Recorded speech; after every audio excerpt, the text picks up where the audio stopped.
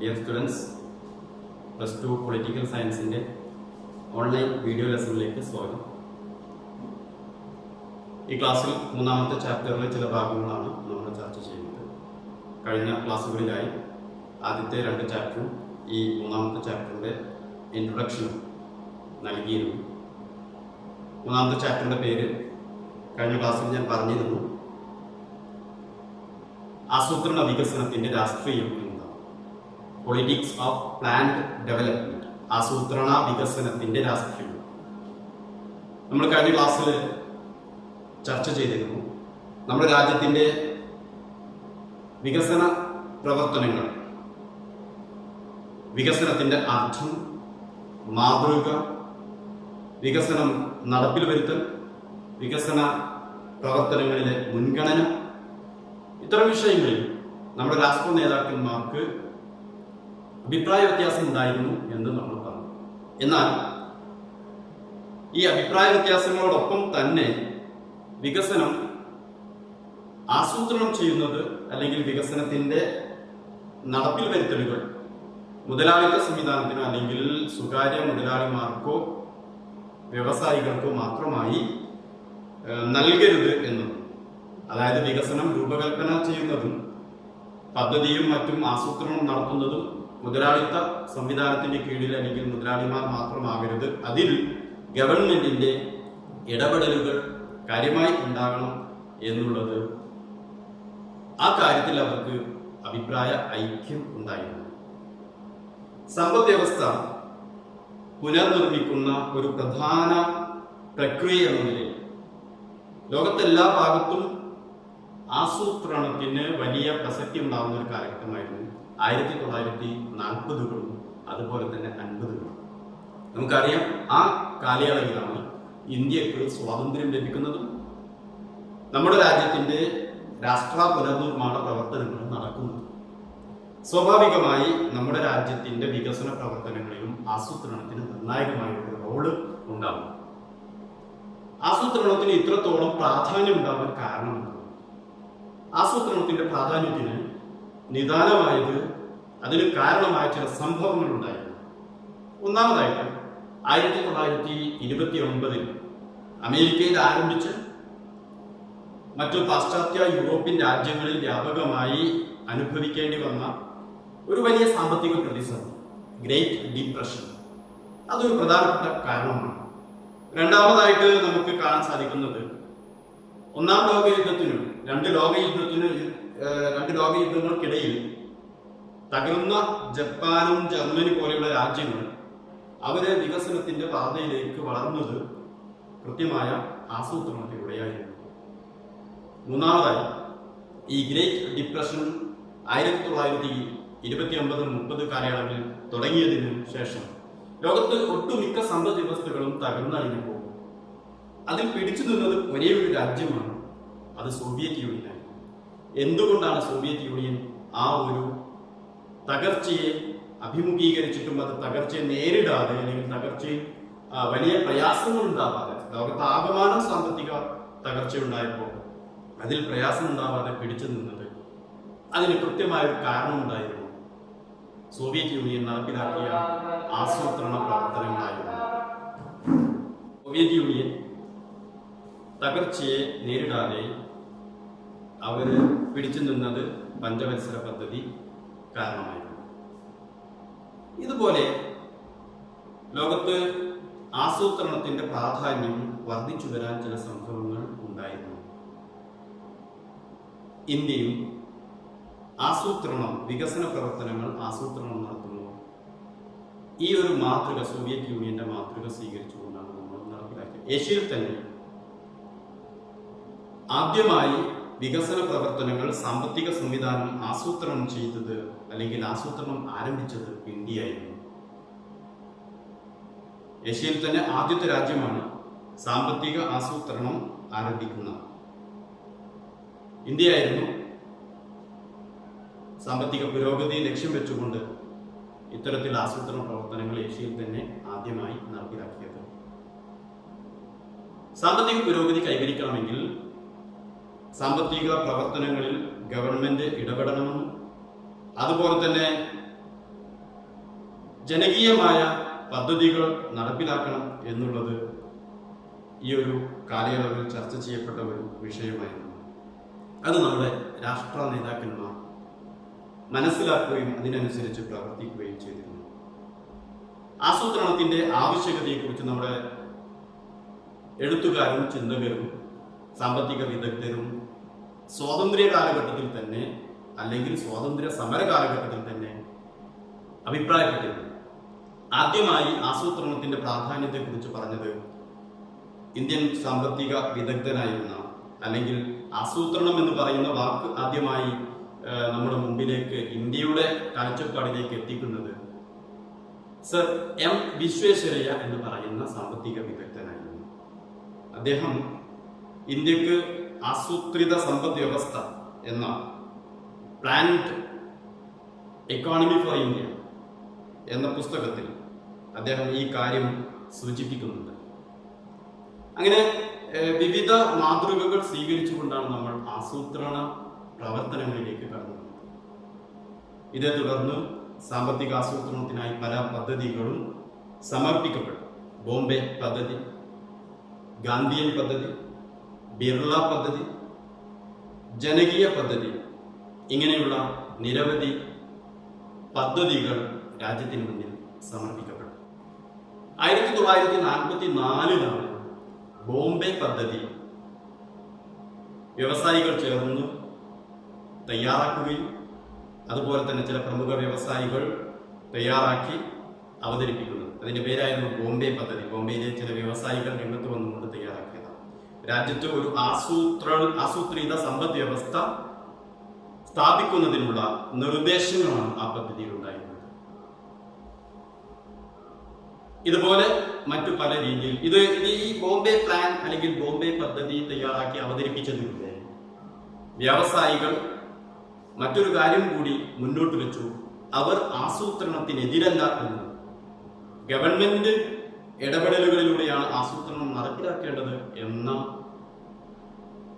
അവർക്ക് എതിരായുണ്ടായിരുന്ന അഭിപ്രായത്തെ അവർ മാറ്റിയെടുക്കുകയും വ്യവസായികളും ആസൂത്രണ പ്രവർത്തനത്തിന് അനുകൂലമാണ് എന്നവർ ഇതിലൂടെ, അതായത് സ്വകാര്യ നിക്ഷേപകർ, വ്യവസായികൾ അല്ലെങ്കിൽ ബിസിനസ് സംരംഭകർ, ഇവരൊക്കെ ആസൂത്രണ പ്രവർത്തനങ്ങളോട് മുഖം തിരിഞ്ഞു നിൽക്കുന്നവരാണ് എന്നൊരു അഭിപ്രായം ഉണ്ടായിരുന്നു. അത് ശരിയല്ല എന്നവർക്ക് സ്ഥാപിച്ചെടുക്കാനും സാധിച്ചു. ആസൂത്രണം എന്ന് പറയുന്ന പ്രവർത്തനം ഒരു ആശയമായും അതുപോലെ തന്നെ അതൊരു തത്വചിന്തയായി രംഗത്ത് വരുന്നത് ഈ വിവിധ അഭിപ്രായങ്ങളിലൂടെയാണ്. ആസൂത്രണം എന്ന ആശയവും ആസൂത്രണ കമ്മീഷനും ഇന്ത്യയിൽ ഒരു സുപ്രഭാതത്തിൽ ഉയർന്നു വന്ന ചിന്തയല്ല. വികസന ആസൂത്രണം എന്ന് പറയുന്ന ആശയം സ്വാതന്ത്ര്യ സമര കാലഘട്ടത്തിൽ തന്നെ ഇന്ത്യയിൽ നിലനിന്നിരുന്നു. സ്വാതന്ത്ര്യ സമര കാലഘട്ടത്തിൽ തന്നെ ഇന്ത്യയിൽ ആസൂത്രണത്തിനുള്ള ആവശ്യകതയെക്കുറിച്ചും പ്രാധാന്യത്തെക്കുറിച്ചും ചർച്ച ചെയ്യപ്പെട്ടിരുന്നു. സ്വാതന്ത്ര്യത്തിന് ശേഷം നമ്മുടെ രാഷ്ട്ര നേതാക്കന്മാർ ആ മാതൃക സ്വീകരിച്ചുകൊണ്ട് ആസൂത്രണ പ്രവർത്തനങ്ങൾ നടപ്പിലാക്കാൻ തീരുമാനിക്കുകയും ചെയ്തു. സ്വാതന്ത്ര്യത്തിന് ശേഷമാണ് ആസൂത്രണ കമ്മീഷൻ രൂപീകരിക്കപ്പെട്ടത്. ഇന്ത്യയിൽ ആസൂത്രണ കമ്മീഷൻ രൂപീകരിക്കപ്പെട്ടത് 1950 മാർച്ച് 15 1950 മാർച്ച് 15 നിയമിതമായ ദേശീയ ആസൂത്രണ കമ്മീഷന്റെ അധ്യക്ഷൻ, അതായത് ചെയർമാൻ, ഇന്ത്യയുടെ പ്രധാനമന്ത്രിയായിരുന്നു. അപ്പോൾ പ്രധാനമന്ത്രി അധ്യക്ഷനായിക്കൊണ്ടുള്ള ഒരു ആസൂത്രണ കമ്മീഷൻ 1950 മാർച്ച് 15 രൂപീകരിക്കുകയുണ്ടായി. ഈ ആസൂത്രണ കമ്മീഷന്റെ പ്രധാനപ്പെട്ട ലക്ഷ്യങ്ങൾ, മുഖ്യ ലക്ഷ്യങ്ങൾ എന്തായിരുന്നു? സാമ്പത്തിക പ്രവർത്തനങ്ങൾ അല്ലെങ്കിൽ വികസന പ്രവർത്തനങ്ങൾ നടപ്പിലാക്കുമ്പോൾ ഇന്ത്യയുടെ വികസനത്തിന് സ്വീകരിക്കേണ്ട പാതയും തന്ത്രവും തീരുമാനിക്കാനുള്ള കേന്ദ്ര സംവിധാനമായിട്ടാണ് ഈ ആസൂത്രണ കമ്മീഷൻ രൂപീകരിക്കുന്നത്. ഒരു പ്രധാനപ്പെട്ട ലക്ഷ്യമെന്ന് പറയുന്നത്, മുഖ്യ ലക്ഷ്യമെന്ന് പറയുന്നത്, നമ്മുടെ രാജ്യത്തിന്റെ പുരോഗതിക്കാവശ്യമായ വികസന പദ്ധതികൾ തയ്യാറാക്കുക, പദ്ധതി നടത്തിപ്പിന്റെ പുരോഗതി വിലയിരുത്തി ആവശ്യമായ മാറ്റങ്ങൾ നിർദ്ദേശിക്കുക എന്നിവയായിരുന്നു ആസൂത്രണ കമ്മീഷന്റെ മുഖ്യ ലക്ഷ്യങ്ങളെന്ന് പറയുന്നത്. അങ്ങനെ 1950 രൂപീകരിക്കപ്പെട്ട ഈ ആസൂത്രണ കമ്മീഷൻ അതിൻ്റെ ആദ്യ പ്രവർത്തനം, ആദ്യ സംരംഭം, അതാണ് നമ്മൾ പറയുന്നത് ഇന്ത്യയുടെ സാമ്പത്തിക വികസനത്തിനായി ആസൂത്രണ കമ്മീഷൻ പഞ്ചവത്സര പദ്ധതികൾ. കഴിഞ്ഞ ക്ലാസ്സിൽ ഞാൻ സൂചിപ്പിച്ചിരുന്നു, പഞ്ചവത്സര പദ്ധതികൾ ആരംഭിക്കുകയുണ്ടായി. പഞ്ചവത്സര പദ്ധതി എന്ന ആശയം വളരെ ലളിതമായ ഒന്നാണ്. അടുത്ത 5 വർഷത്തേക്കുള്ള എല്ലാ വരവ് ചെലവുകളും ഉൾപ്പെടുന്ന പദ്ധതി തയ്യാറാക്കി അവതരിപ്പിക്കുക. ഇതാണ് പഞ്ചവത്സര പദ്ധതികൾ എന്നതുകൊണ്ട് ഉദ്ദേശിക്കുന്നത്. ഇതിനെ തുടർന്ന് കേന്ദ്ര സംസ്ഥാന സർക്കാരുകളുടെ ബജറ്റ് തയ്യാറാക്കുമ്പോൾ 2 ഭാഗമായി തയ്യാറാക്കേണ്ടതുണ്ടായിരുന്നു. Non plan budget, non plan budget എന്ന പേരിൽ വന്നു. അതായത് പദ്ധതിയേതര ബജറ്റ്, അതുപോലെ തന്നെ പദ്ധതി ബജറ്റ്, പ്ലാൻ ബജറ്റ്. ഇതിൽ നോൺ പ്ലാൻ ബജറ്റ് എന്ന് പറയുന്നത്, പദ്ധതിയേതര ബജറ്റ് എന്നതുകൊണ്ട് ഉദ്ദേശിക്കുന്നത്, ഒരു രാജ്യത്ത് ഒരു വർഷത്തിൽ നിരന്തരമായി ഉണ്ടാകുന്ന അല്ലെങ്കിൽ തുടർച്ചയായി ഉണ്ടായിക്കൊണ്ടിരിക്കുന്ന ആവർത്തിച്ചുണ്ടാകുന്ന ചെലവുകളാണ്. അതായത് പതിവ് ഇനങ്ങൾക്കായി നീക്കിവെക്കും. ഉദാഹരണത്തിന് ജീവനക്കാരുടെ ശമ്പളം, പെൻഷൻ, അതുപോലെ തന്നെ അത്തരത്തിലുള്ള ക്ഷേമ പദ്ധതികൾ, ഇങ്ങനെയുള്ള സ്ഥിരമായി പതിവ് ഇനങ്ങളായി ഉൾപ്പെടുത്തുന്നത്. ഇതിനെ നമ്മൾ ഇത്തരം കാര്യങ്ങൾ ബജറ്റിൽ ഉൾപ്പെടുത്തുന്നതിനെ പറയുന്നത് നോൺ പ്ലാൻ ബജറ്റ് എന്നാണ്, പദ്ധതിയേതര ബജറ്റ് എന്നാണ്. അതുപോലെ തന്നെ പ്ലാൻ ബജറ്റ് എന്നുകൊണ്ട് ഉദ്ദേശിക്കുന്നത് പദ്ധതിയിൽ ഉൾപ്പെടുത്തിയിട്ടുള്ള, നമ്മുടെ പ്ലാനിങ്ങിൽ ഉൾപ്പെടുത്തിയിട്ടുള്ള, അതിൽ നിശ്ചയിച്ചിട്ടുള്ള മുൻഗണന പ്രകാരം പഞ്ചവത്സര പദ്ധതി അടിസ്ഥാനത്തിൽ ചെലവഴിക്കേണ്ട തുക ഏതൊക്കെയാണ്, അല്ലെങ്കിൽ ചെലവഴിക്കേണ്ട പ്രവർത്തനങ്ങൾ ഏതൊക്കെയാണ്, ഇങ്ങനെ ബജറ്റിൽ ഉൾപ്പെടുത്തുന്നതിനെയാണ് പ്ലാൻ ബജറ്റ് എന്ന് പറയുന്നത്. ഇങ്ങനെ പഞ്ചവത്സര പദ്ധതികൾ എന്ന പേരിൽ 5 വർഷത്തേക്ക് വികസന പ്രവർത്തനങ്ങൾ ആസൂത്രണം ചെയ്യുന്ന നടപടിയാണ് പഞ്ചവത്സര പദ്ധതികൾ എന്ന് പറയുന്നത്. 1950 ഇത് രൂപീകരിക്കപ്പെട്ടതിനു ശേഷം 1951 മുതൽ ഒന്നാമത്തെ പഞ്ചവത്സര പദ്ധതി ആരംഭിക്കുകയുണ്ടായി. 1951 മുതൽ 56 വരെ ഒന്നാമത്തെ പഞ്ചവത്സര പദ്ധതി, 56 മുതൽ 61 വരെ രണ്ടാമത്തെ പഞ്ചവത്സര പദ്ധതി, 66 മുതൽ 71 വരെ മൂന്നാമത്തെ പഞ്ചവത്സര പദ്ധതി. ഓരോ പഞ്ചവത്സര പദ്ധതിക്കും ഒരു പ്രധാന വിഷയമുണ്ടാകും. ഓരോ പഞ്ചവത്സര പദ്ധതിയും ഓരോ പദ്ധതിയിലും ആ പദ്ധതി പ്രധാനമായും ഉദ്ദേശിക്കുന്നത്, പ്രധാനമായും മുൻഗണന നൽകുന്ന വിഷയം ഇതാണ്. അത് ഓരോ പദ്ധതിയിലും പ്രത്യേകമായി എടുത്തു പറയുന്നതാണ്. ആ ഒരു 5 വർഷത്തേക്ക് അവിടെ രാജ്യത്ത് വികസന പ്രവർത്തനങ്ങൾ ആ പദ്ധതിയിൽ പറയുന്ന മുഖ്യ വിഷയവുമായി ബന്ധപ്പെട്ടായിരിക്കും.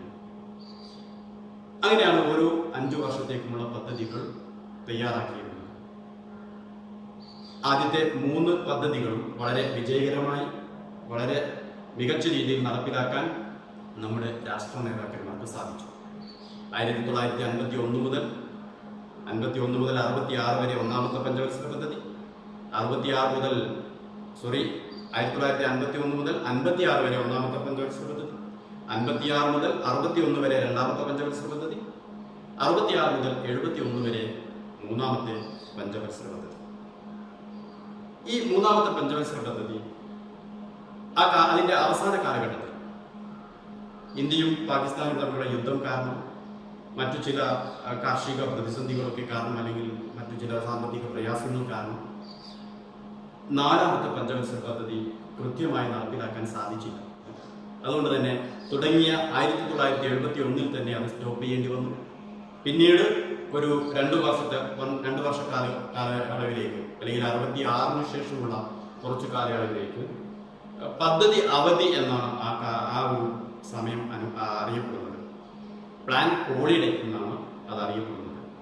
അതായത് പദ്ധതി പ്ലാനിംഗ് നടപ്പിലാക്കാൻ കഴിയാതെ പോയ ഒരു സാഹചര്യം ഇന്ത്യയും പാകിസ്ഥാനും തമ്മിലും, അതേപോലെ ഇന്ത്യയും ചൈനയും തമ്മിലുള്ള യുദ്ധങ്ങൾ കാരണം വലിയ സാമ്പത്തിക പ്രതിസന്ധി ഇന്ത്യയിൽ ഉണ്ടായി. അതേ തുടർന്ന് നമ്മുടെ 5 ഇയർ പ്ലാനിൽ പറയുന്ന, പഞ്ചവത്സര പദ്ധതിയിൽ പറയുന്ന പ്രോജക്റ്റുകൾ കൃത്യമായി നടപ്പിലാക്കാൻ സാധിച്ചില്ല. ഈ ഒരു ചെറിയ കാലയളവ് നമ്മൾ അറിയപ്പെടുന്ന, അതായത് പദ്ധതി ഇല്ലാത്ത ആ ഒരു 2 വർഷ കാലയളവ്, പദ്ധതി ഇല്ലാതിരുന്ന 2 വർഷ കാലയളവിൽ വാർഷിക പദ്ധതികളാണ്, ഓരോ വർഷത്തേക്കുള്ള പ്ലാനുകളാണ് നമ്മുടെ രാജ്യത്ത് നടപ്പിലാക്കിയിരുന്നത്. ആനുവൽ പ്ലാനുകളായി 5 ഇയർ പ്ലാനിന് പകരം ആ ഒരു 2 വർഷത്തേക്ക് നമ്മൾ ചെയ്തിരുന്നത് ആനുവൽ പ്ലാനുകളായിരുന്നു. ഇതാണ് ഈ പഞ്ചവത്സര പദ്ധതികളെ കുറിച്ചുള്ള ഒരു ആമുഖം നമുക്ക് മനസ്സിലാക്കാനുള്ളത്.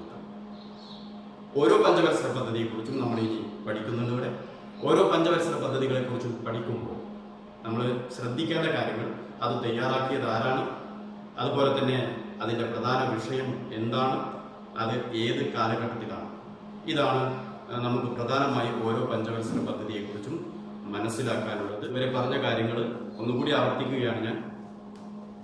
ആസൂത്രണത്തെക്കുറിച്ചാണ് നമ്മൾ പറഞ്ഞത്.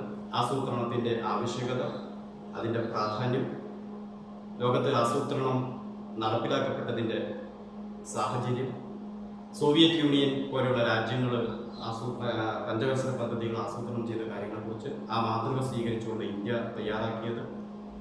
നമ്മൾ നേരത്തെ മറ്റൊരു കാര്യം സൂചിപ്പിച്ചത് പ്ലാനുകൾ, ഇന്ത്യയിൽ ആസൂത്രണ കമ്മീഷൻ രൂപീകരിക്കുന്നതിനും 5 ഇയർ പ്ലാനുകളും തയ്യാറാക്കുന്നതിന് മുമ്പ് നിലവിലുണ്ടായിരുന്ന ബോംബെ പ്ലാൻ, അതുപോലെ തന്നെ ബിർള പ്ലാൻ, ഗാന്ധിയൻ പ്ലാൻ, ജനകീയ പദ്ധതി, ഇങ്ങനെയുള്ള വിവിധ പദ്ധതികൾ സ്വാതന്ത്ര്യത്തിന് മുമ്പ് തന്നെ ചർച്ചകൾ തുടങ്ങിയിരുന്നു. ഇതിൽ നിന്നൊക്കെയുള്ള ആശയങ്ങൾ സംയോജിപ്പിച്ചുകൊണ്ടാണ് നമ്മുടെ രാജ്യത്ത് പദ്ധതികൾ ആസൂത്രണം ചെയ്യാൻ തീരുമാനിക്കുന്നത്. 1944 ബോംബെ പ്ലാൻ തയ്യാറാക്കിയിരുന്നത്, അത് പ്രത്യേകം നോട്ട് ചെയ്യുക. അതുപോലെ തന്നെ 1950 പഞ്ചവത്സര പദ്ധതികൾ തയ്യാറാക്കാൻ വേണ്ടിയിട്ട്, അല്ലെങ്കിൽ പദ്ധതികൾ ആസൂത്രണം ചെയ്യാൻ വേണ്ടിയിട്ട് നമ്മൾ ആസൂത്രണ കമ്മീഷൻ രൂപീകരിക്കുന്നത്.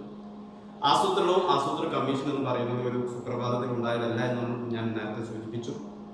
സ്വാതന്ത്ര്യ സമര കാലഘട്ടത്തിൽ തന്നെ ഈ ആശയങ്ങൾ ചർച്ച ചെയ്യപ്പെട്ടിരുന്നു. അതിന്റെ തുടർച്ചയാണ് സ്വാതന്ത്ര്യത്തിനു ശേഷം 1950 മാർച്ച് 15 നമ്മുടെ രാജ്യത്ത് ആസൂത്രണ കമ്മീഷൻ, ദേശീയ ആസൂത്രണ കമ്മീഷൻ രൂപീകരിക്കപ്പെടുന്നത്. ആസൂത്രണ കമ്മീഷന്റെ ചെയർമാൻ പ്രധാനമന്ത്രിയായി. എല്ലാ സമയത്തും ആസൂത്രണ കമ്മീഷന്റെ ചെയർമാൻ പ്രധാനമന്ത്രിയായി. ഒരു കാര്യം പ്രത്യേകം ശ്രദ്ധിക്കുക, ആസൂത്രണ കമ്മീഷൻ ഇന്ന് നിലവിലില്ല. കഴിഞ്ഞ ഗവൺമെന്റിന്റെ, ദേശീയ ഗവൺമെന്റിന്റെ കാലഘട്ടത്തിൽ NDA ഗവൺമെന്റ് അതിന്റെ ഘടന മാറ്റുകയുണ്ടായി. പുതിയൊരു സംവിധാനം, നീതി ആയോഗ് എന്ന പേരിൽ പുതിയ സംവിധാനമാണ് നിലവിലുള്ളത്. അതേക്കുറിച്ച് നമ്മൾ ശേഷം ഈ ചാപ്റ്ററിന്റെ അവസാനം പറയുന്നുണ്ട്. ഡീറ്റെയിൽ ആയിട്ട് നമ്മൾ അവിടെ ചർച്ച ചെയ്യും. ആസൂത്രണ കമ്മീഷന് ബദൽ ആയിട്ട് ഇപ്പോൾ നിലവിലുള്ള സംവിധാനത്തെക്കുറിച്ച് ഈ കാര്യങ്ങൾ പറഞ്ഞു. അതുപോലെ തന്നെ പഞ്ചവത്സര പദ്ധതികളുടെ ആസൂത്രണത്തെക്കുറിച്ച് ആദ്യത്തെ 3 പഞ്ചവത്സര പദ്ധതികൾ 1951 മുതൽ തുടങ്ങി 56 വരെ ഒന്നാമത്തത്, 56 മുതൽ 61 വരെ രണ്ടാമത്തത്, 61 മുതൽ 66 വരെ മൂന്നാമത്തത്. ഇക്കാര്യം ശ്രദ്ധിക്കുക. 66 മുതൽ 69 വരെയുള്ള അല്ലെങ്കിൽ 70 വരെയുള്ള കാലയളവിലാണ് പ്ലാൻ ഹോളിഡേ എന്നറിയപ്പെടുന്നത്, പദ്ധതി അവധി എന്നറിയപ്പെടുന്നത്. ആ സമയത്ത് ആദ്യത്തെ 3 പഞ്ചവത്സര പദ്ധതികൾ നടപ്പിലാക്കി കഴിഞ്ഞതിന് ശേഷം 4ാമത്തെ പഞ്ചവത്സര പദ്ധതി നടപ്പിലാക്കാൻ കഴിയാതെ പോയ ഒരു ചെറിയ കാലയളവാണത്. അതിനാണ് നമ്മൾ പദ്ധതി അവധി എന്ന് പറയുന്നത്. അതുകൂടി ഓർത്തുവെക്കുക. ഇനി ഈ ഓരോ പദ്ധതികളെ കുറിച്ചും വിശദീകരിക്കുകയാണ്. അത് ഞാൻ നേരത്തെ പറഞ്ഞു. അത് തയ്യാറാക്കിയത് ആരാണ്, ഏത് വർഷം അല്ലെങ്കിൽ അതിൻ്റെ ഒരു ഡ്യൂറേഷൻ ഏത് കാലയളവിലാണ്, ഏത് വിഷയത്തിനാണ് അല്ലെങ്കിൽ ഏത് മേഖലക്കാണ് പ്രാധാന്യം നൽകിയിട്ടുള്ളത് ആ പഞ്ചവത്സര പദ്ധതി. ഇത് ഓർത്തുവെക്കുക. ഇനി 1, 2, 3 നമ്മൾ പറയുമ്പോൾ ഒന്നാമത്തെയും രണ്ടാമത്തെയും പഞ്ചവത്സര പദ്ധതികൾ കോളമായിട്ട് വരച്ച് ഇത് താരതമ്യം ചെയ്യാൻ പരീക്ഷയ്ക്ക് എപ്പോഴും ചോദിക്കാറുണ്ട്. അതുകൊണ്ട് അതുകൂടി ഓർക്കുക. അത് നമ്മൾ അടുത്ത ക്ലാസ്സിൽ പറയുന്നതാണ്. ഈ ക്ലാസ് ഇവിടെ ചുരുക്കുകയാണ്. നിങ്ങൾ ചെയ്യേണ്ടത് ഇതിൻ്റെ നോട്ട്, ഞാനിപ്പോൾ പറഞ്ഞ ഈ കാര്യങ്ങളുടെയൊക്കെ നോട്ട് പോയിന്റുകളായിട്ട് എഴുതി തയ്യാറാക്കി എനിക്ക് അയച്ചു തരിക. എല്ലാവരും ശ്രദ്ധിക്കുക.